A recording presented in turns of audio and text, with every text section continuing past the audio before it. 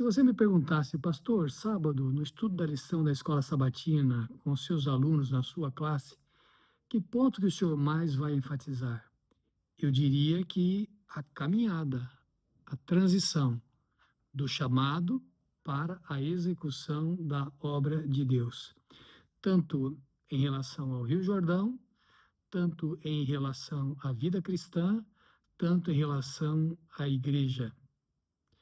Sejam bem-vindos, alunos e professores da Escola Sabatina, para o estudo desta semana, Memoriais da Graça. O texto para memorizar está em Josué, capítulo 4, versos 23 e 24. O Senhor, o seu Deus, fez secar as águas do Jordão diante de vocês, até que vocês tivessem passado, como o Senhor, o seu Deus, fez com o Mar Vermelho, que ele secou diante de nós, até que tivéssemos passado, para que todos os povos da terra saibam que a mão do Senhor é forte, a fim de que vocês temam o Senhor, seu Deus, todos os dias. Nesse texto, Josué está dizendo o seguinte: nós vamos passar o Rio Jordão. Deus vai operar milagres e nós vamos atravessar para conquistar Canaã. Assim como Deus no passado abriu o Mar Vermelho e nós passamos pelo Mar Vermelho, então está narrando a sua história, a sua experiência, que ele foi um dos dois de 20 anos para cima que saíram do Egito e que conseguiram entrar em Canaã.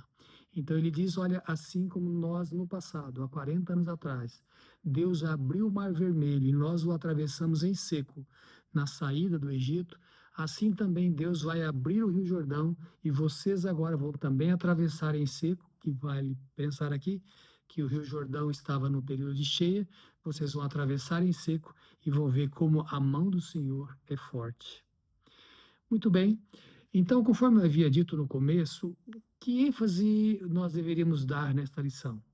Certamente, o assunto principal é o povo de Deus atravessando o Rio Jordão. Mas você pode ampliar este milagre ou essa circunstância para outros fatos, para outras circunstâncias mencionadas na Bíblia.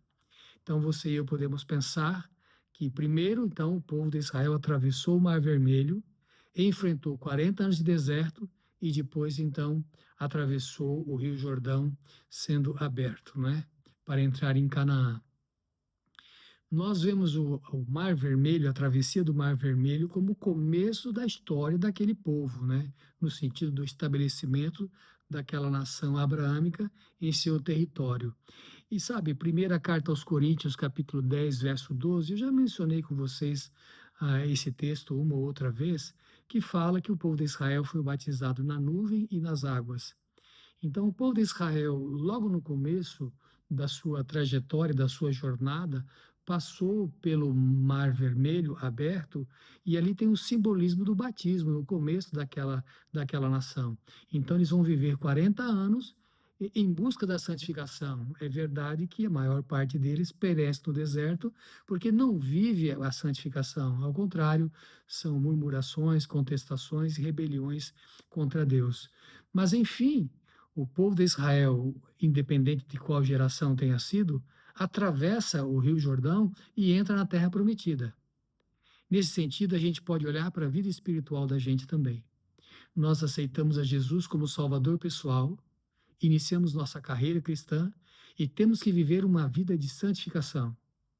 Ao final, quando Jesus voltar, como que atravessando o Rio Jordão, nós então vamos entrar na Terra Prometida que ele mencionou quando da sua volta. Então veja o paralelo aí que o povo de Israel sai do Egito, é batizado no Mar Vermelho, passa em seco, avança aos 40 anos e depois atravessa o Rio Jordão e entra na Terra Prometida. Nós aceitamos Jesus, somos batizados na água em nome do Pai, do Filho e do Espírito Santo, somos promovidos a uma vida de santificação e ao final então vamos experimentar a glorificação quando Jesus voltar. E então teremos o privilégio de viver com ele e morar na cidade santa, na terra prometida, na nova Canaã. Quando você olha para a realidade da igreja, também tem essas três fases. Jesus estabeleceu a sua igreja. Ele disse a Pedro, sobre esta pedra, que era ele mesmo, edificarei a minha igreja. A igreja, então, atravessa todo o seu período, toda a sua história, como uma igreja militante. Mas quando Jesus voltar nas nuvens dos céus, ele vai levar os seus para si, então vai levar a sua igreja para ele, e então o que vai acontecer? A igreja que era militante vai se tornar uma igreja triunfante. Você pode olhar também para a própria experiência de Jesus, né? E o autor da lição faz esta relação. Jesus, quando nasceu, Herodes queria matá-lo. Então, José é orientado para que ele vá ao Egito. Ele passa um tempo ali até que Herodes morra. Assim que Herodes morre, ele é avisado, então, para voltar para Israel, né? E em seguida, então você vai ter a história na narrativa de Mateus de Jesus, é claro que anos depois, mas Jesus sendo batizado no Rio Jordão. Então você tem Jesus que passa parte da sua infância no Egito, volta para Israel, para a terra de Deus, e então ele é batizado no Rio Jordão. Mas quando se pensa aqui na lição, quando se fala de memoriais da graça, e a gente pensa naquelas pedras que Josué pediu para que tirassem do meio do leito do rio Jordão, quando estava em seco, para fazerem um memorial para a lembrança das gerações futuras de como Deus fez com que o povo de Israel atravessasse o Jordão e entrasse na terra prometida. Quando tratamos desse assunto, é quase impossível não se lembrar da experiência de Abraão. Por exemplo, Gênesis capítulo 12, versos 7 e 8, Gênesis 13, verso 18. Você pode pensar também na história de Abraão, e quando ele jornaleava, ele era um peregrino, por onde ele passava, ele fazia altares. E quando ele se dirigia daquela localidade para outra localidade, aqueles altares ficavam ali construídos e dando demonstração, ainda que ele não estivesse mais presente, demonstração da sua fé. Então vamos pensar um pouquinho mais na lição. Eu queria pensar com você ainda a respeito da terra prometida, sabe? Da Canaã, no sentido desses 12, sabe assim? Quando o povo de Israel estava para entrar no Egito, 40 anos antes, entrar em Canaã, 40 anos antes desse episódio no Rio Jordão, 12 espias foram enviados, não é verdade? Agora, quando eles estavam para atravessando o Rio Jordão, 12 homens pegaram 12 pedras para fazerem um altar ali, um memorial da travessia do Rio Jordão. E eu gosto de pensar também que a Igreja de Deus, que vai ser militante, eu e você, como membros da igreja, como seguidores de Cristo, também quando nós entrarmos na nova terra, não vai ter mais o aspecto aqui dos 12 homens, né? Colocando as 12 pedras, mas nós temos que pensar na Canaã celestial, na cidade santa, na Nova Jerusalém. E a Bíblia fala que esta Nova Jerusalém terá 12 portas, né, que são 12 pérolas, e também o muro da cidade são 12 fundamentos, né? E a própria medida da cidade, 12.000 estádios, né? Então, você vai pensando no número 12 como a completude. Então, assim como você olha para o passado e vê lá as 12 tribos representadas na travessia do Rio Jordão, você tem na igreja militante, né, os 12 discípulos de Jesus, que lá em Apocalipse capítulo 12, quando fala da mulher vestida de sol e as 12 estrelas, elas têm referência, então, às 12 tribos de Israel, depois os 12 apóstolos, né, enviados por Cristo. E quando você vai, então, para a vitória final, assim como os 12 homens pegaram aquelas 12 pedras do Rio Jordão para entrar na Canaã terrestre, quando você pensa na cidade santa, na Nova Jerusalém, a Canaã celestial, você também tem o número 12, você também tem essa noção de completude, você também tem ali as 12 pérolas, os 12 fundamentos do muro. Quer dizer o quê? Quer dizer, há um paralelo entre a relação do povo judeu no Antigo Testamento, a igreja cristã e a sua e a minha experiência, porque como igreja e individualmente também a promessa de nós entrarmos na Nova Jerusalém, onde estão as 12 portas de pérolas. É fantástico o estudo da Bíblia quando você vê a relação que tem o Antigo Testamento com o Novo Testamento e assim por diante. Nós vamos fazer uma relação também no estudo de hoje, já que essas 12 pedras eram memoriais, lembrança daquela travessia, deles passarem a possuir a Canaã, né? A partir de então, eles vão vencendo ali os cananitas e recebendo a herança que foi prometida a Abraão. Quando você pensa nesses aspectos aí que envolve a atitude de Deus, né? E como esses homens representavam ali, e esse memorial, a gente também vai pensar no memorial do sábado como memorial da criação. A gente também vai pensar no que tem que ver com a Santa Ceia, que é uma lembrança também do que Jesus fez para nos libertar dos nossos pecados, né? Nós vamos tratar aqui da lição de domingo, cruzando o Jordão, né?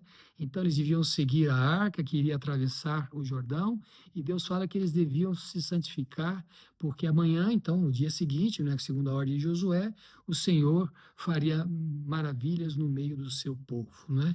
Então aqui você tem a menção de que os sacerdotes, quando pisassem as bordas do Rio Jordão, ele iria se secar, as águas iriam ser estancadas lateralmente, não é? E eles iam com a arca ali, e os sacerdotes então iam até o meio do Rio Jordão, parariam ali, e o povo iria atravessar, e eles estavam carregando a arca, né? Então, o que era esta arca? Então, quando você vai ao estudo de Êxodo, e nós fizemos isso o trimestre passado, você sabe que a arca é revestida de ouro com a tampa do propiciatório, dentro dela estavam as 10 palavras, né, os 10 mandamentos, também a vara de Arão que havia florescido e um pote, um vaso de ouro com o maná. Você pode ler essas referências em Êxodo 16, verso 33 e Hebreus 9, verso 4.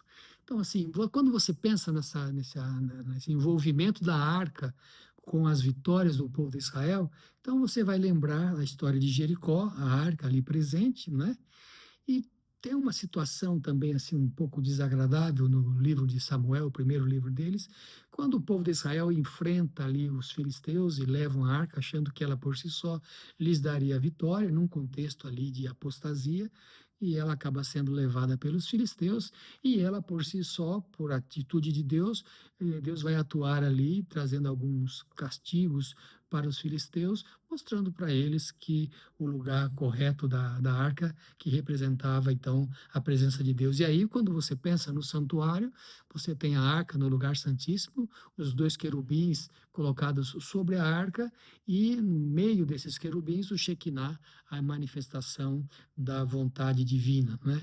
E quando você lê Números capítulo 7, verso 89, você tem a referência da voz que falava por cima do propiciatório, por cima da tampa da arca. Então, Deus se manifestava, Deus se comunicava ali, tá certo? Vamos pensar um pouco quando fala na santificação. O pastor fez uma aplicação mais geral, que nós passamos pela justificação quando somos batizados, né? É como se nós tivéssemos atravessado, então, o Mar Vermelho, e depois passamos pela santificação, é a segunda fase, e por fim a glorificação, quando nós formos transformados, né? Nosso corpo, nós deixarmos de ser psíquico, uma expressão grega do apóstolo Paulo em primeira carta aos Coríntios, capítulo 15, nessa transformação, nós deixarmos de ser psíquico para nos tornarmos pneumático, né? Então, assim, é um corpo natural, né? Para um corpo espiritual. Então, nós passamos por três fases: justificação, santificação e glorificação. Então, mas o texto aqui de Josué fala que eles deviam, então, se santificar, né? Então, Kodesh ali, tinham que se santificar para a atuação que Deus faria no dia seguinte, abrindo o Rio Jordão e eles atravessando. Então, aqui, esse santificar-se aqui não tem que ver com todo o sentido de uma vida inteira, embora isso esteja envolvido no processo do povo de Israel, nós já falamos um pouquinho sobre isso, aqueles 40 anos, e como eles não se permitiram levar uma vida separada das contaminações, né, de outras nações, de influências que eles enfrentaram ao longo do deserto, e rebelião, isso, aquilo. Então, você tem a santificação como um aspecto duradouro, mas aqui é pontual, olha, vocês se preparem porque Deus vai operar um grande milagre amanhã. Então, o que que é essa santificação? Se você ler Números 19, verso 10, vai falar um pouquinho dele se banhando, né, e tirando as suas impurezas. Então, você tem alguns textos no Antigo Testamento que falam a respeito de banhar-se, das purificações rituais. Então, de certa forma, então ali eles tinham que procurar naquele dia fazer uma purificação, se santificar, para que Deus pudesse então operar um milagre no dia seguinte. E nós podemos olhar, como disse, ao longo de toda uma vida, né? A justificação, no nosso caso, é obra de um instante, de um momento, mas a santificação é obra de uma vida inteira. Mas há momentos especiais da nossa vida em que nós devemos jejuar, orar, nos consagrar mais a Deus, para que nós possamos perceber a maneira como Ele vai atuar em nossa vida ou na igreja em alguns momentos, em alguns episódios. Tá certo? Vamos avançar então para segunda-feira, o Deus das Maravilhas.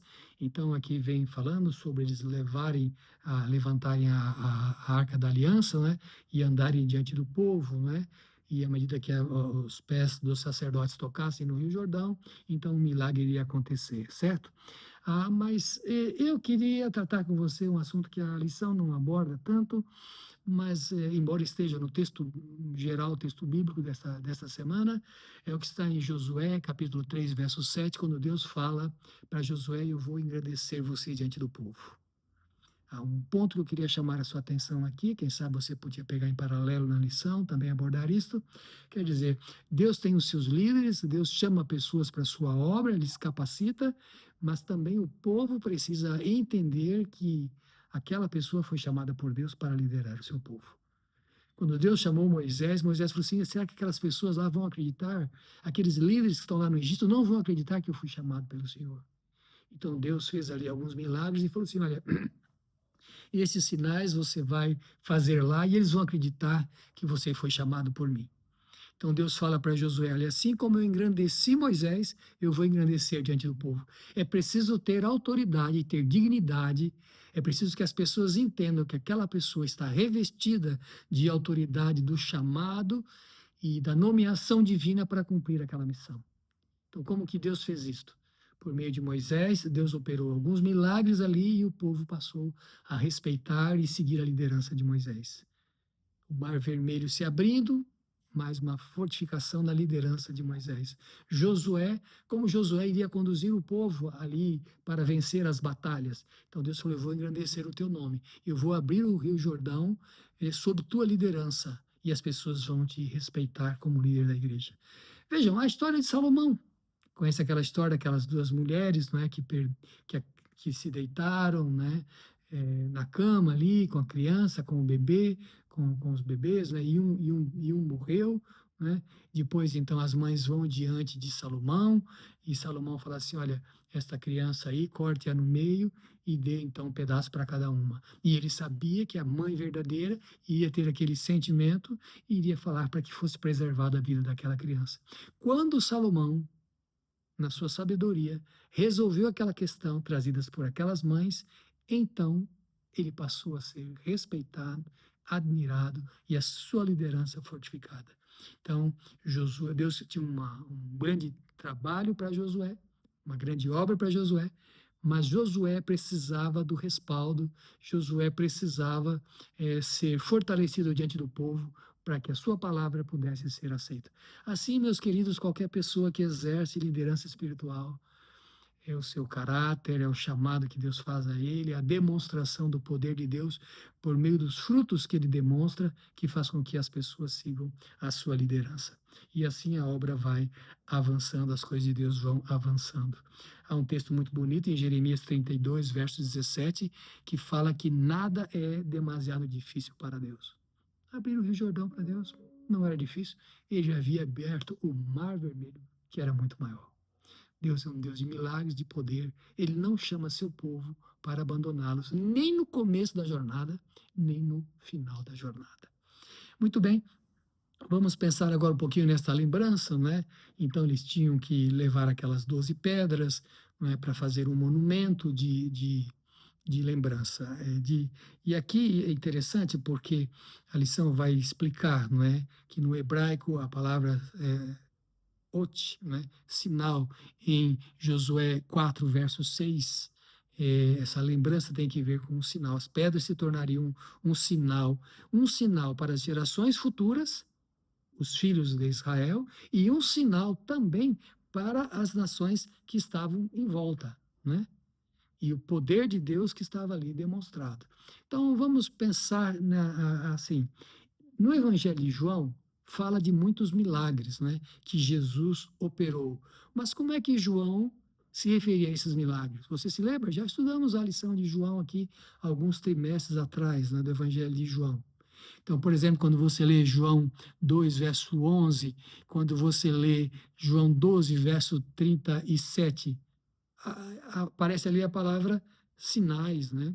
E aí é do grego, da língua grega, semeion. Então, cada milagre feito por Jesus ali, nas bodas de Caná e assim por diante, aqueles milagres eram sinais de que Jesus, então, era o enviado de Deus, o Messias. Muito bem, quando pensamos nesses sinais, nós podemos pensar também em Êxodo 31, verso 13 e 17, Ezequiel 20, verso 12, e o que se fala lá? Que o sábado é um sinal de Deus com o seu povo, é um sinal de Deus que santifica o seu povo. E quando você vai tratar sobre o significado, aí vamos juntar as duas coisas, o sinal e a santificação. Vamos pensar também, por exemplo, na própria alimentação. Quando Deus fala de santidade, Levíticos 11, verso 45, e ali em Levítico 11 o que está tratando é os alimentos que podem ser ingeridos, carnes limpas que podem ser ingeridas e aquelas que não podem ser usadas para alimentação. No verso 45 de Levítico 11 diz, olha, vocês devem ser santos como eu sou santo. Veja, então, a santidade que nós temos nesse aspecto aqui envolve a alimentação. Em relação ao sábado, veja, foi um dia abençoado, separado, santificado por Deus. Né? Então, vamos juntar essas duas coisas. Você tem as pedras lá como um sinal de Deus, assim como os milagres de Jesus eram um sinal de Deus, quem era o Deus verdadeiro, Jesus como seu filho enviado. Quando você pensa em santificação, você também pode pensar no sábado, não somente como sinal, mas também um dia santificado, e a santificação tem que estar presente em todas as coisas, inclusive daquilo que nós nos alimentamos, certo? Quer comais, quer bebais, façais tudo para a glória do Senhor. Muito bem, vamos pensar aqui agora no esquecimento, né? Juízes 3, verso 7 diz, fizeram o que era mal e se esqueceram do Senhor, né? E serviram Baalins e Astarotes. Então, aqui você vê que o povo de Israel, apesar dos milagres, dos cuidados de Deus, a maneira vitoriosa com que ele os dirigiu, todavia eles se esqueceram e começaram a servir Baalins, Astarotes, né, os deuses cananitas ali. Mas Deus quer que nós nos lembremos dos seus feitos em nossa vida. Então, quando nós lemos João 14, verso 26, Jesus fala do Espírito Santo que nos fará lembrar de tudo aquilo que ele nos ensinou. Quando lemos primeira carta aos Coríntios, capítulo 11, versos 24 e 25, nós lemos a respeito da Santa Ceia que Jesus celebrou com seus discípulos, e esta então é uma lembrança da salvação, do que Jesus fez e faz por nós. Então vamos pensar aqui. Vejam, a Páscoa era uma lembrança da libertação do povo de Israel do Egito. O sábado é uma lembrança do Deus Criador. Em algum momento também, segundo está em Hebreus capítulo 4, Deuteronômio capítulo 5, o sábado também pode nos fazer lembrar do Deus que é o nosso Salvador.